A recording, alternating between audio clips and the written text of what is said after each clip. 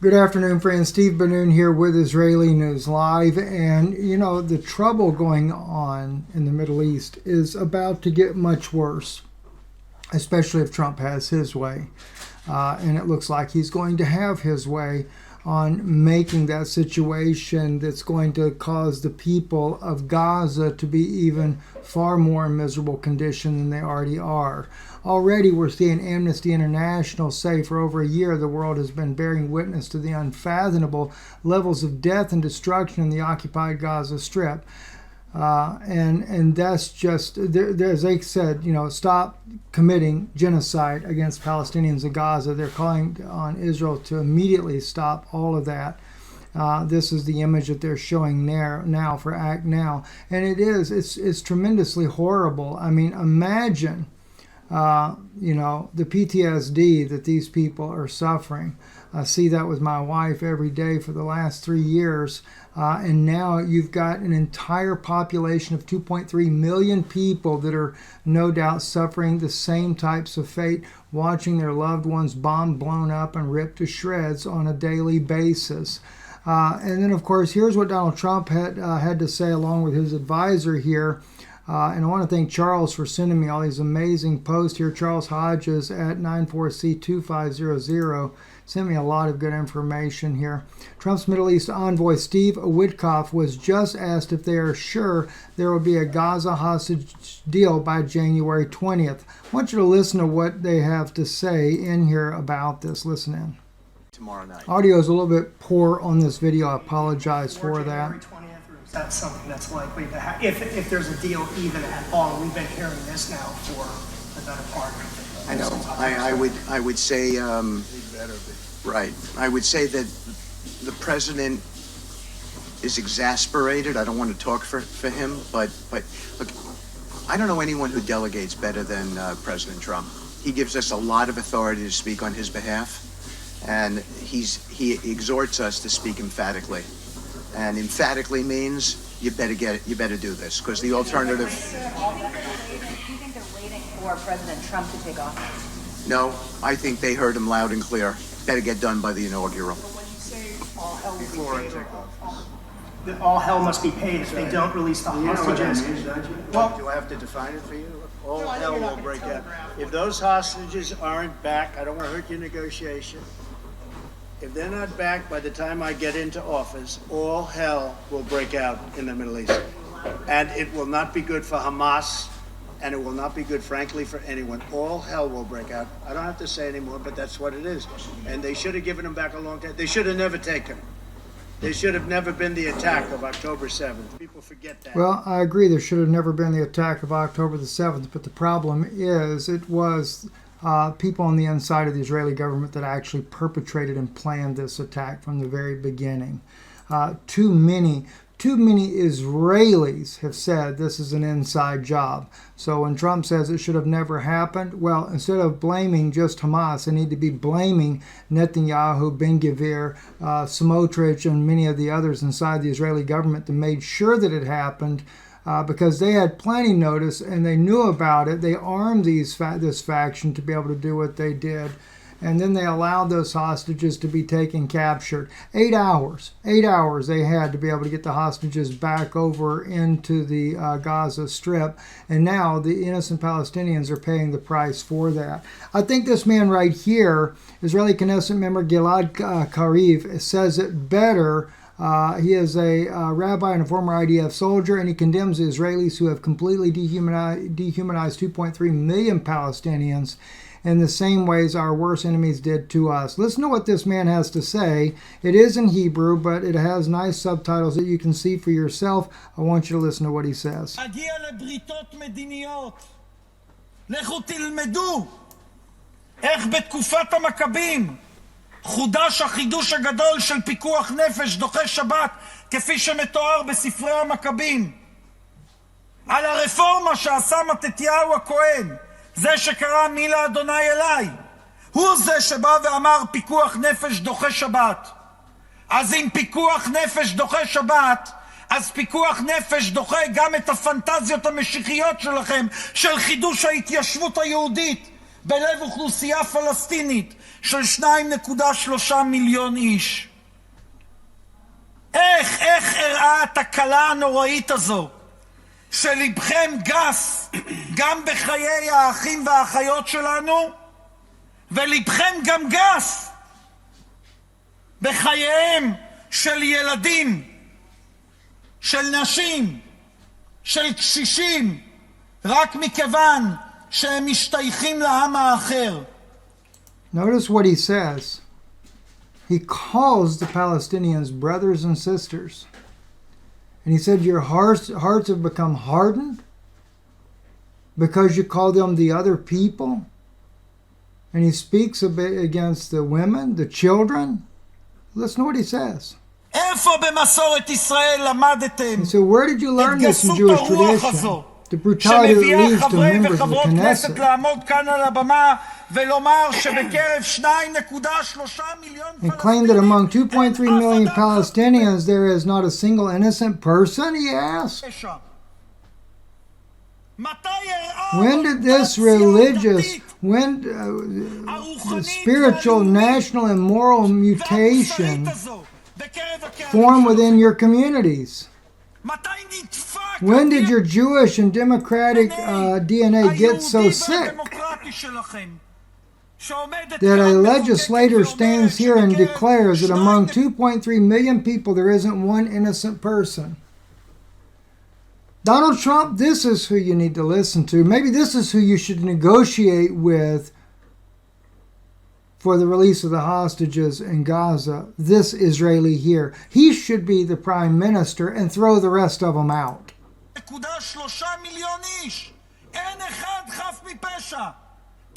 A newborn baby is not innocent, he asked. Do you know who talked like that? The worst of Israeli haters.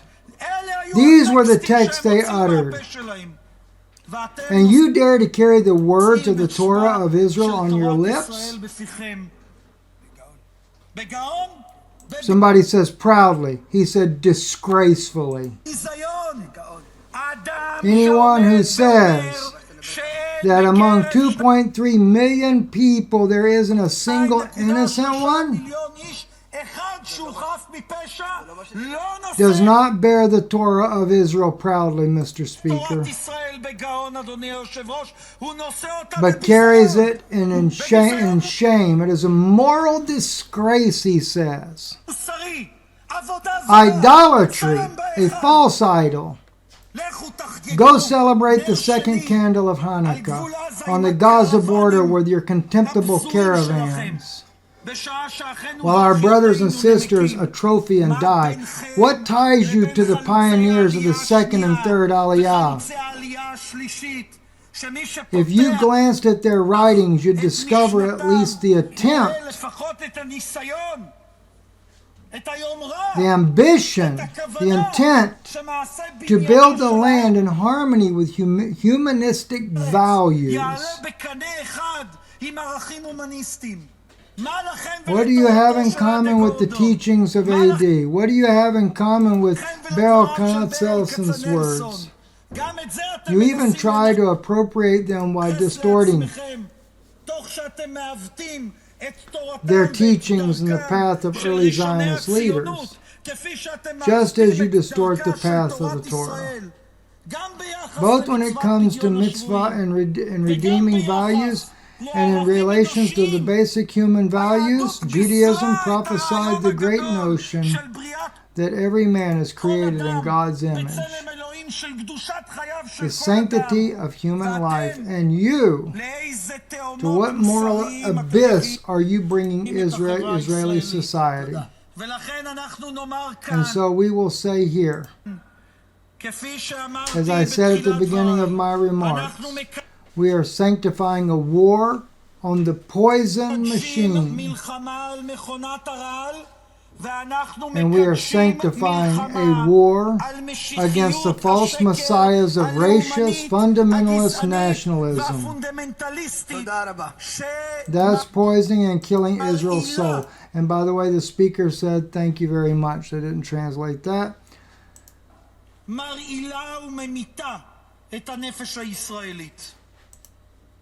that should be played everywhere in the world. Everywhere. This man right here, the Hindi Raib Foundation, posted this, has verified information that Israel is imminently attempting to smuggle suspected Israeli war criminal Yuval Vagandi out of Brazil because of the Brazilian court order for police to take investigative measures against him. And why? For war crimes. Thank God somebody's doing it. He went on a little vacation to Brazil. And this here, this footage then was discovered. And so now the Brazilian government willing to try him for war crimes.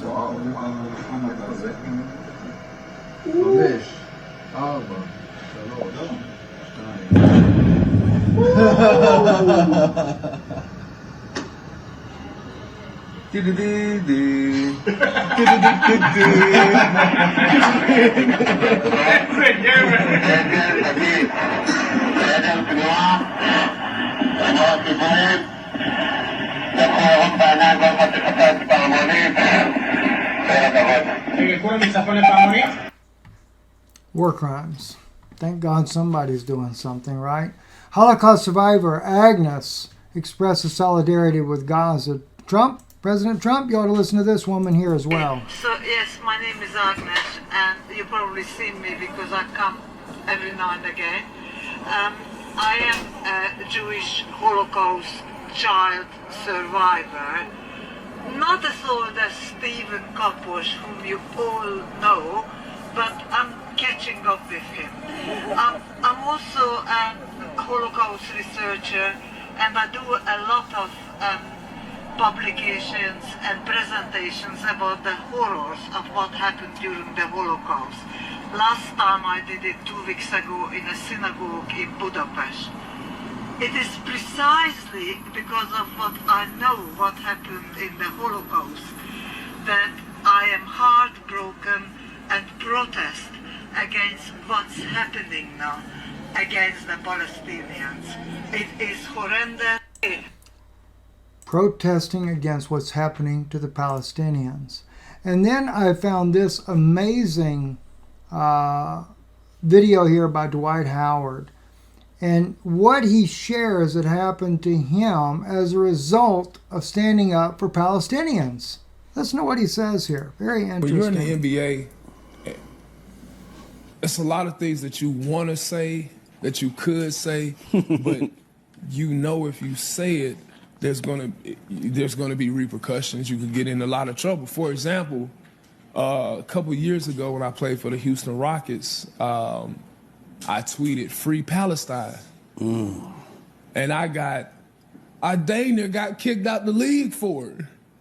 And I'm like trying to figure out why. You know what I'm saying? I didn't obviously before that the conversation happened with some Palestinians, and they were telling me. I actually went to the movies one day. I was in the movies in Houston. A whole bunch of Palestinians was like, "Hey, man, we're big fans of you. Can we watch movies with y'all?" So I'm like, "Cool, man." You know, when I was in Houston and Orlando and a lot of cities I played in, I would take fans to movies. I would take them to main event, do big events at David Buster's and stuff like that. So we go to the movies. After the movies, I'm taking pictures with all the fans and stuff like that. And they asked me to just bring some awareness to what's going on in their country. So, me having a big heart, I'm like... The Christian thing to do. Yes, I'm like, you know what? I want people to know the struggles y'all having. I don't think it's wrong. So I tweet, "Free Palestine." Less than 10 minutes after I tweet that, I get a call from the commissioner of the NBA. Stop it. Agents... People like working with my foundation at the time, Texas, you got to erase this tweet. You got to take this down.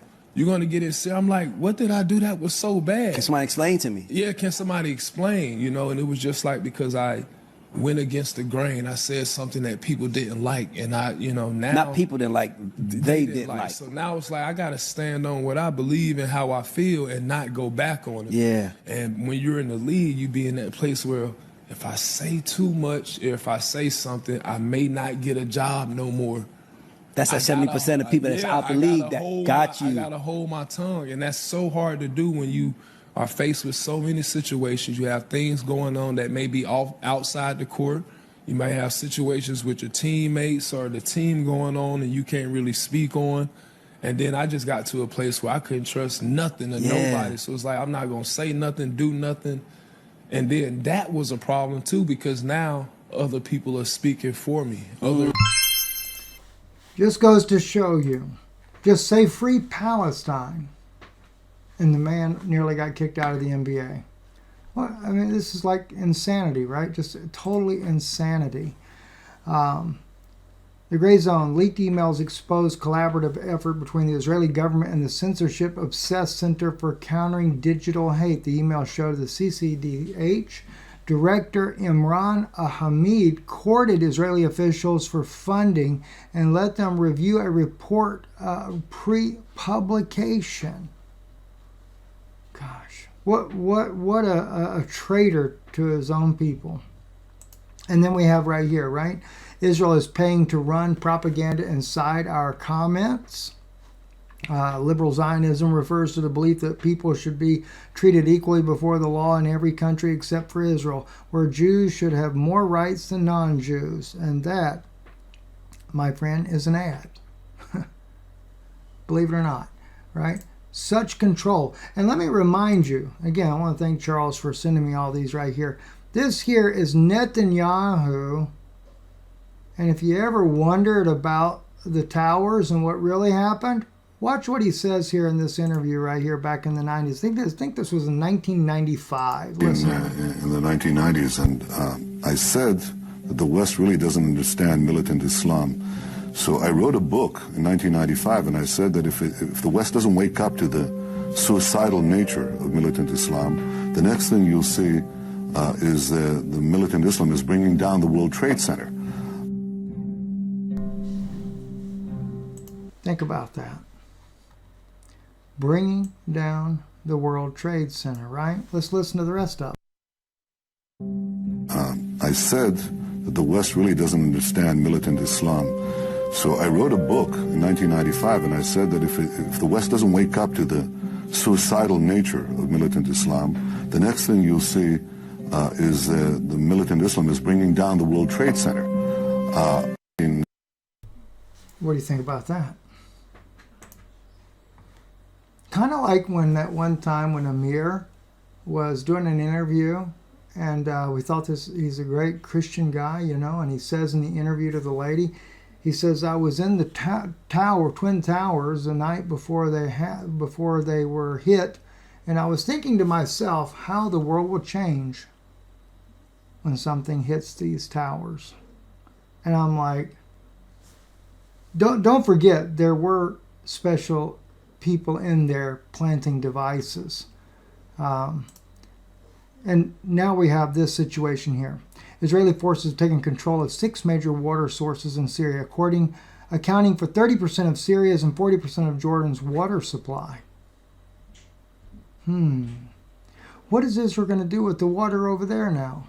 Direct that to Israel now? I mean, the country has just become nothing but a bunch of thieves and thugs running the nation. And then here we have the Palestinians suffering enough as it is, right? And then I get this one here as well. I think Mania sent this one to me.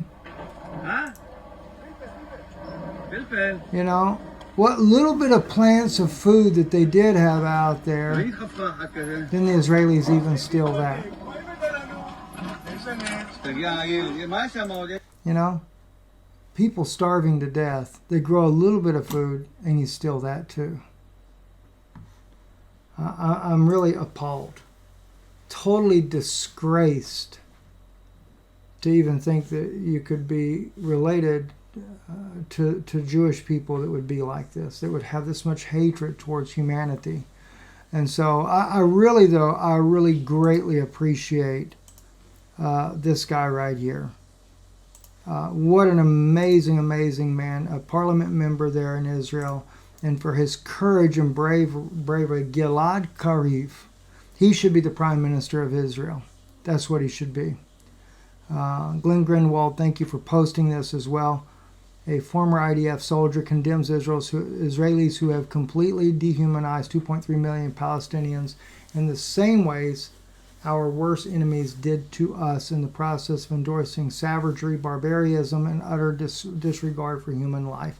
Exactly. So true. God bless this man for having that courage to stand up and say the things that he had to say there. I greatly appreciate that. And thank you, Charles, for sending me that there.